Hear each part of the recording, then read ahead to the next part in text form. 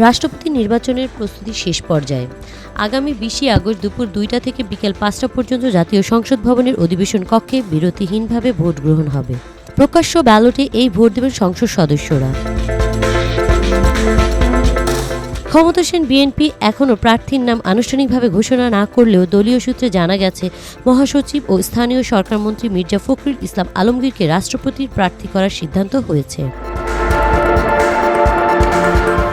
অন্যদিকে জামায়াতে ইসলামের নেতৃত্বাধীন 11 দলীয় জোট রাষ্ট্রপতির পদে এলডিপির চেয়ারম্যান কর্নেল অবসরপ্রাপ্ত অলি আহমেদের নাম ঘোষণা করেছে।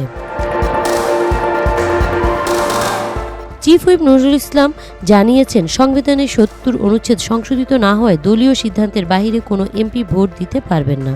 ভোট দিলে সদস্যপদ বাতিল হতে পারে। এদিকে আগামী 27 আগস্ট ত্রয়োদশ জাতীয় সংসদের তৃতীয় অধিবেশন বসবে। সাপ্তাহিক বাংলা গেজেট নিউজ ডেস্ক।